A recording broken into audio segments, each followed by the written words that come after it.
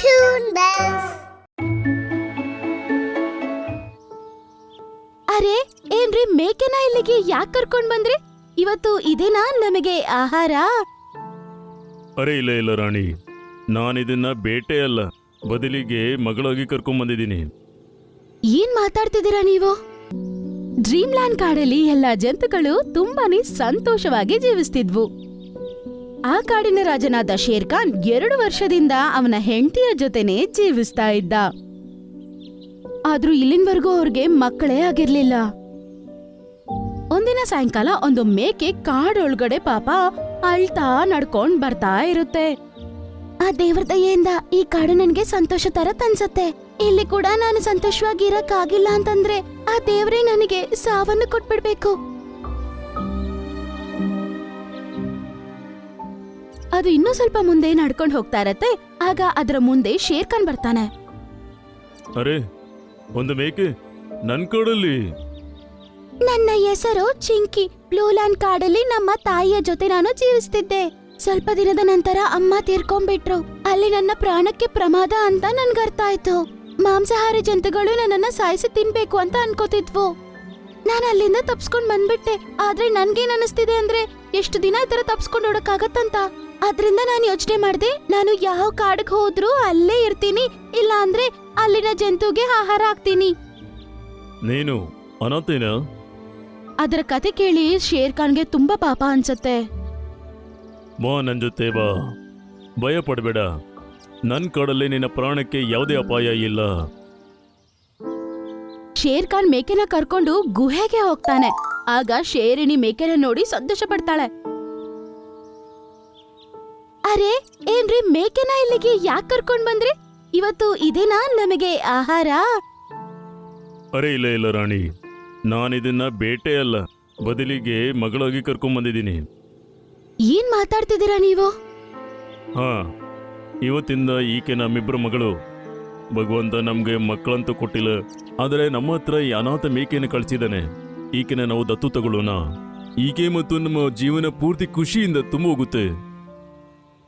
ಅದು ಅನಾಥ ಎಂಬುವ ಮಾತು ಕೇಳಿದ ತಕ್ಷಣ ಶೇರನಿಗೆ ಕೂಡ ಮನಸ್ಸೇ ಕರಗೋಗತ್ತೆ. ಮತ್ತೆ ಮಗಳಾಗಿ ಅವಳು ಸ್ವೀಕರಿಸ್ತಾಳೆ. ಶೇರ್ ಖಾನ್ ಮೇಕೆನ ಸ್ವೀಕರಿಸಿದ್ದಾನೆ ಅನ್ನೋ ವಿಷಯ ಎಲ್ಲರಿಗೂ ಕಾಡಲ್ಲಿ ಗೊತ್ತಾಗ್ಬಿಡುತ್ತೆ. ಎಲ್ಲಾ ಜಂತುಗಳು ಏನೇನೋ ಮಾತಾಡ್ಕೊಳಕ್ಕೆ ಶುರು ಮಾಡ್ತವೆ. ವಿಷಯ ಗೊತ್ತಾ ನಿನಗೆ? ಶೇರ್ ಖಾನ್ಗೆ ಮಕ್ಕಳಾಗುತ್ತಿಲ್ಲ, ಹಾಗಾಗಿ ಅವನು ಮೇಕೆನ ದತ್ತು ತಗೊಂಡ. ಒಂದ್ ವೇಳೆ ದತ್ತು ತಗೋಬೇಕು ಅಂದ್ರೆ ಆಗ ಸಾಕಷ್ಟು ಪ್ರಾಣಿ ಇತ್ತು, ಅವನ್ಗೆ ಮೇಕೆನೇ ದತ್ತು ತಗೋಬೇಕು ಅನ್ನಿಸ್ತ. ಒಂದ್ಸಲ ಮೇಕೆ ನದಿಯಲ್ಲಿ ನೀರ್ ಕುಡಿಯಕ್ಕಂತ ಹೋಗುತ್ತೆ. ಆ ಸಮಯದಲ್ಲಿ ತೋಳ ಅಲ್ಲಿಗೆ ಬಂದ್ಬಿಡುತ್ತೆ. ಅರೆ ವಾ, ಇವತ್ತು ಒಂದು ಎಳೆ ಮೇಕೆ ತಿನ್ನೋಂತ ಅವಕಾಶ ಸಿಗ್ತಾ ಇದೆ. ಇವತ್ ನಂದು ಪಾರ್ಟಿ ಆಗೋಯ್ತು.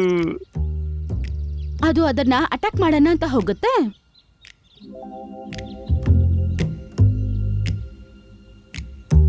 ಆಗ ನರಿ ಬಂದು ಅದನ್ನ ತಡೆಯುತ್ತೆ. ಅರೆ ಅರೆ ಏನ್ ಮಾಡ್ತಿದ್ಯಾ? ಅದು ಶೇರ್ ಖಾನಿನ ಮಗಳು. ಏನು ಒಂದು ಮೇಕೆನ? ಹಂಗಂತೇಳಿ ಆ ತೋಳ ನದಿ ಕಡೆ ಇರುವ ಮೇಕೆನ ನೋಡುತ್ತೆ. ಆಮೇಲೆ ಜೋರಾಗಿ ನಗತ್ತೆ. ಆದ್ರೆ ಒಂದು ಮೇಕೆ ಶೇರ್ ಖಾನ್ಗೆ ಮಗಳು ಹೇಗಾಗುತ್ತೆ? ಏನ್ ಜನ್ಮ ಕೊಡ್ಬೇಕಾದ್ರೆ ಸಿಂಹಿಣಿ ಒಳಗಡೆ ಮೇಕೆ ಆತ್ಮ ಹೊರಟೋಯ್ತಾ? ಅದನ್ ಕೇಳಿಸ್ಕೊಂಡು ಮೇಕೆಗೆ ತುಂಬಾ ಬೇಜಾರಾಗತ್ತೆ.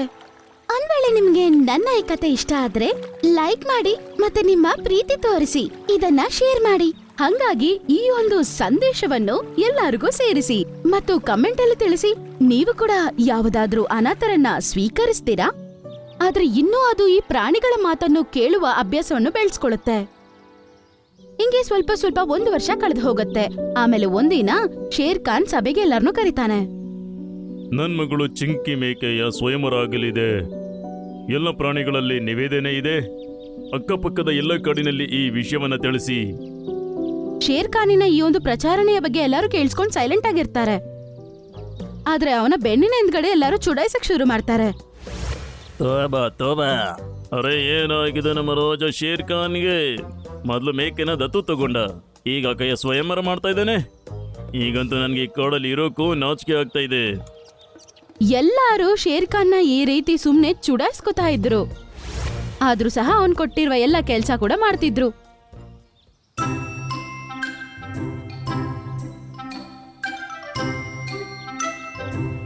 ಅರೇ ಸಂಭು ಹತ್ತಿ ನೀವು?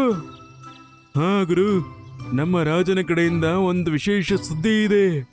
ಅವರು ಸ್ವಲ್ಪ ದಿನದ ಹಿಂದೆ ಒಂದು ಮೇಕೆನ ದತ್ತು ತಗೊಂಡಿದ್ರು. ಈಗ ಅವರ ಸ್ವಯಂವರ ಇಟ್ಟಿದ್ದಾರೆ. ಒಂದ್ ವೇಳೆ ನಿಮ್ಮ ಕಾಡಲ್ಲಿ ಯಾವ್ದಾದ್ರು ಪ್ರಾಣಿಗೆ ಮದ್ವೆ ಮಾಡ್ಕೋಬೇಕು ಅಂದ್ರೆ ಹಂಗ ಸ್ವಯಂವರಕ್ಕೆ ಬರಬಹುದು. ಅರೆ ಆದ್ರೆ ಹುಡುಗಿ ಯಾರು? ಸಿಂಹನ ಮೇಕೆನ?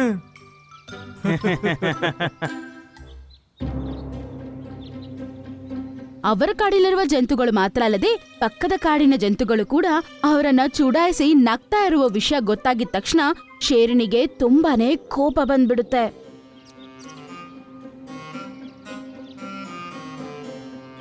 ನಿನ್ನಿಂದಾನೇ ನಮ್ಮೆಲ್ಲರ ಬಗ್ಗೆ ಕಾಡೆಲ್ಲ ಎಲ್ಲರೂ ಬೈಕೋತಿದ್ದಾರೆ. ನೀನು ನನ್ನ ಮಗಳೇ ಅಲ್ಲ. ನೀನೇನ್ ಮಾತಾಡ್ತಾ ಇದೀಯ ಸಿಂಹಿಣಿ? ಈಕೆ ನಮ್ಮ ಮಗಳು. ಮತ್ತೇಕೆ ಸ್ವಯಂವರ ನಮ್ಮ ಕಡಲ್ಲೇ ಆಗುತ್ತೆ. ಈಗೇಕೆಗೆ ಒಂದು ಶಬ್ದನೂ ಹೇಳ್ಬೇಡ.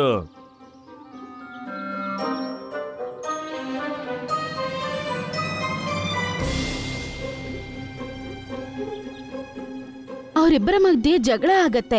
ಆದ್ರೂ ಕೂಡ ರಾಜಿ ಆಗಲಿಲ್ಲ ಶೇರ್ ಖಾನ್. ಸಾಯಂಕಾಲ ಸಮಯದಲ್ಲಿ ಆ ಕಾಡಲ್ಲಿ ಎಲ್ಲರಿಗೂ ಟ್ರೀಟ್ ಕೊಡ್ತಾರೆ. ಆಮೇಲೆ ಸ್ವಯಂವರದ ಸಮಯ ಬಂದಾಯ್ತು. ಮೇಕೆ ಒಂದ್ ಕಡೆ ನಿಂತ್ಕೊಂಡಿರುತ್ತೆ, ಮತ್ತೆ ಅದರ ಎದುರುಗಡೆ ಬೇರೆ ಜಂತುಗಳು ನಿಂತಿರುತ್ತೆ.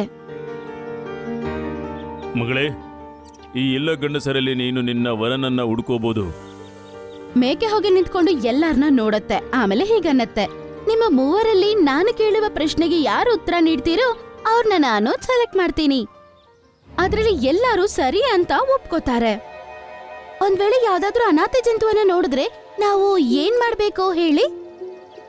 ನನ್ನ ಪ್ರಕಾರ ನಾವು ಅದನ್ನ ಎಂತ ಜಾಗದಲ್ಲಿ ಇಡಬೇಕು ಅಂದ್ರೆ ಇಲ್ಲಿ ಆತನಿಗೆ ಹೊಟ್ಟೆ ತುಂಬಾ ಊಟ ಸಿಗುತ್ತೆ. ಆದ್ರಿಂದ ಆತನ ಜೀವನವನ್ನ ಆರಾಮಾಗಿ ಕಳಿಬಹುದು. ಅದಕ್ಕೆ ಕೆಂಪು ಮೇಕೆ ಬಾಯಿ ಮುಚ್ಕೊಂಡಿರುತ್ತೆ.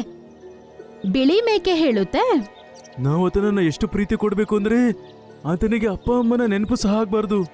ಯಾಕಂದ್ರೆ ಕೇವಲ ಊಟ ಮಾಡೋದ್ರಿಂದ ಜೀವನ ಕಳಿಯೋಕ್ಕಾಗಲ್ಲ. ಜೀವನದಲ್ಲಿ ನಮ್ಮವರು ಅಂತ ಇರೋದು ತುಂಬಾನೇ ಮುಖ್ಯ.